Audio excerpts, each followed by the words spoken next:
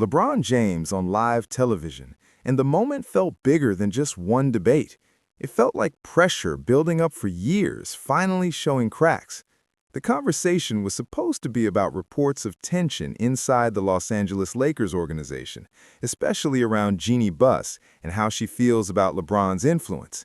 But instead of calmly breaking down the basketball side, Stephen A. went into full defense mode. His voice got louder, his tone got sharper, and the message was clear. LeBron saved the Lakers, and people need to respect that. The problem is that the situation in Los Angeles is no longer simple. It is not 2020 anymore. It is not the bubble championship season anymore. The team is not dominating the league, the roster is not feared, and the front office does not look fully confident about the future. So when Stephen A. repeats that LeBron resurrected the Lakers, many fans are asking a different question. Save them from what exactly? Before LeBron arrived in 2018, the Lakers were rebuilding. They were not winning championships, but they were building through young players. Brandon Ingram was improving every season, Lonzo Ball showed promise as a smart passer, and Kyle Kuzma was developing into a scoring option. It was not a finished product, but it was a direction. The team had cap space, the team had draft picks, the team had flexibility. That matters in today's NBA.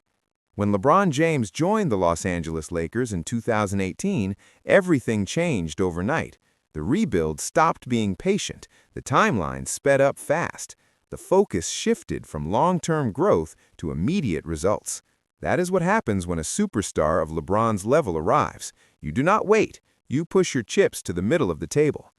In LeBron's first season in Los Angeles, the Lakers missed the playoffs. That is a fact. There was no parade, there was no deep run. Injuries played a part, but the result was clear. They were not contenders yet.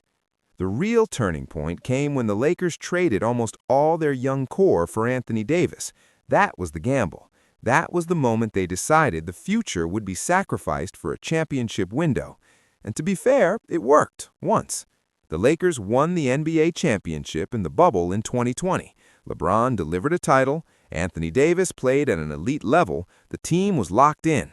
It was a special run during a strange time in the world. A banner is a banner. That cannot be erased. Stephen A. Smith holds on to that point strongly, and he is right that a championship matters. But what happened after that is where the debate begins. Since that title, the Lakers have struggled with identity. They have changed role players again and again. They made the Russell Westbrook trade, which turned into a disaster. Reports suggest that LeBron supported that move. Now nobody wants to fully own it. Westbrook is gone, the fit never worked, the defense fell apart, the team looked lost many nights. That is where tension reportedly started building between LeBron and ownership. Jeannie Buss, according to reports, was not thrilled about certain decisions. There were whispers that she felt LeBron did not show enough appreciation after the team drafted LeBron James. There were rumors that she was uncomfortable with how much power Clutch Sports Group, led by Rich Paul, holds around roster decisions. These are not small issues. This is about control inside one of the biggest franchises in sports. Stephen A. Smith, instead of focusing on accountability, shifted the conversation back to gratitude. He said the Lakers were irrelevant before LeBron. He said LeBron absolutely returned them to relevance. He said people minimize the bubble championship unfairly. He even pointed out that this is the Lakers, not the Clippers, and that the brand matters. But here is the issue. The Lakers are one of the most historic franchises in basketball history. This is the organization of Magic Johnson, Kareem Abdul-Jabbar, Kobe Bryant, and multiple championships across decades. They were not erased from history before LeBron arrived. They were rebuilding. Big franchises go through cycles. The Boston Celtics rebuilt. The San Antonio Spurs are rebuilding right now. That is normal in the NBA. The debate is not about whether LeBron helped the Lakers. Of course he did. The debate is about the cost. Was one championship worth years of instability? Was it worth losing young talent, draft control, and long-term flexibility? That is what fans are wrestling with now. Colin Cowherd, who defended LeBron for years, seems to be changing his tone. He recently suggested that it may be time for the Lakers to move on. He pointed out that LeBron is expensive. He pointed out that the team struggles defensively when he is on the floor. He talked about availability and age. That is not emotional criticism, that is basketball analysis. When someone like Collins shifts his stance, it catches attention. For years, he argued that LeBron surpassed Michael Jordan in the GOAT debate. He defended LeBron's team switches. He praised his business intelligence. Now he is talking about moving off him. That signals something. Stephen A. Smith, on the other hand, sounds like he is holding on to the old script. He keeps repeating that LeBron revived the franchise. He frames criticism as disrespect. He highlights LeBron's milestones, like reaching 40,000 career points. Those achievements are incredible. No one can deny that. But numbers do not fix roster balance. Milestones do not solve defensive issues. The Lakers this season have shown flashes of being competitive. They win some clutch games, they have talent, but they also get blown out often. They struggle with rim protection. They lack consistent 3-and-D players. In today's NBA, that is a problem. Teams like the Oklahoma City Thunder, the Minnesota Timberwolves, and the Boston Celtics are building with youth, depth, and athleticism. The Lakers feel older and less flexible. Another key issue is influence. The player empowerment era has changed the league. LeBron James has been at the center of that shift. He has used his power smartly. He built a business empire. His net worth grew massively after moving to Los Angeles. He secured production deals. He expanded his brand. That is impressive. But when business and basketball mix too closely, tension grows. Reports suggest that LeBron's agent publicly discussing roster needs can make ownership uncomfortable. When suggestions turn into strong pressure, it changes the balance of power. Stephen A. argues that any agent would flex power if they had it. That may be true, but when the results are average, people question that power. LeBron has moved teams before. He left the Cleveland Cavaliers twice. He left the Miami Heat. Each move was strategic. Each move was calculated. There is nothing illegal about that. Players have the right to choose. But it also means loyalty conversations become complicated.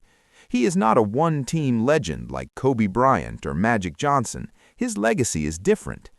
Some fans believe LeBron's pattern is clear. Arrive, compete, win one, trade the future, then tension builds, then distance grows. That happened in Cleveland, that happened in Miami, and now some believe it is happening in Los Angeles. Whether that is fully fair or not, the perception exists. Stephen A. appears uncomfortable acknowledging that pattern. He speaks boldly on many topics, but when it comes to LeBron, his tone softens. He talks about fairness. He talks about gratitude. He talks about respect. But critics want equal standards.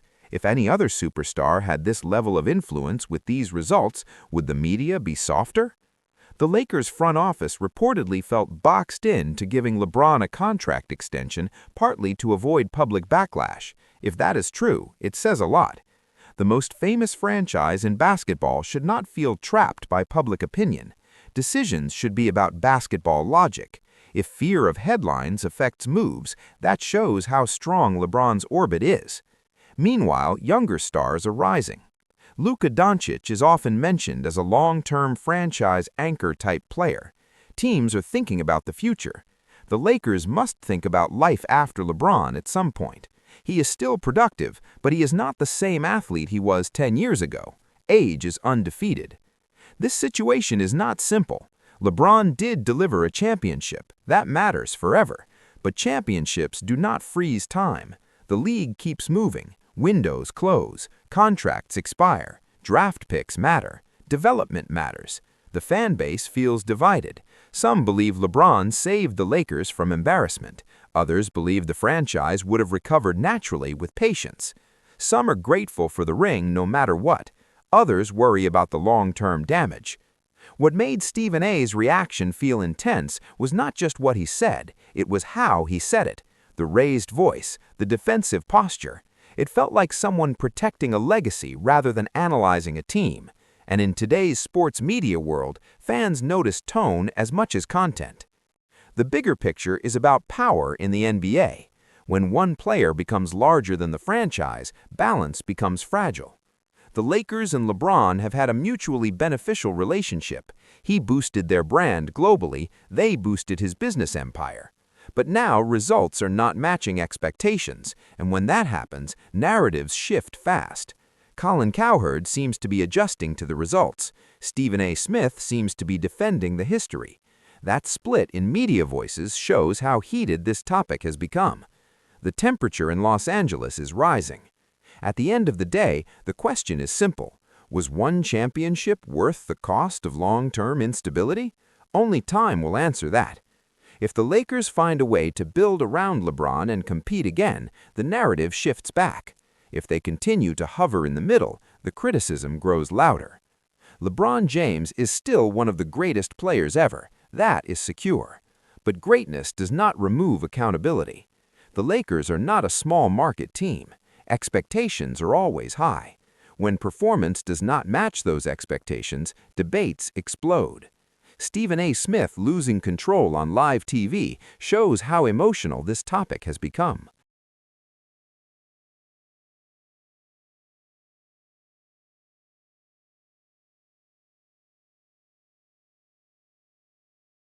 This is not just about stats. It is about legacy, loyalty, power, and control. It is about who gets credit and who gets blame. The story is not finished. Another season is unfolding. Another trade deadline is coming. Another playoff run will either silence critics or fuel them. And as long as LeBron wears purple and gold, every move will be watched closely. The shield around the narrative feels thinner now. Questions are louder. Doubts are more open. And when even longtime defenders begin to hesitate, you know something is changing. The Lakers stand at a crossroads. LeBron stands at a late stage of his career, and the media debate is only getting more intense. Whether you believe LeBron revived the Lakers or reshaped them in a risky way, one truth remains. The balance between power and performance must align. If it does not, tension grows. Right now in Los Angeles, that tension is impossible to ignore. That tension shows up every time the Lakers lose a big game. It shows up when they give up 120 points and look slow on defense. It shows up when younger, faster teams run them off the floor. And it shows up when LeBron puts up big numbers, but the team still walks away with a loss.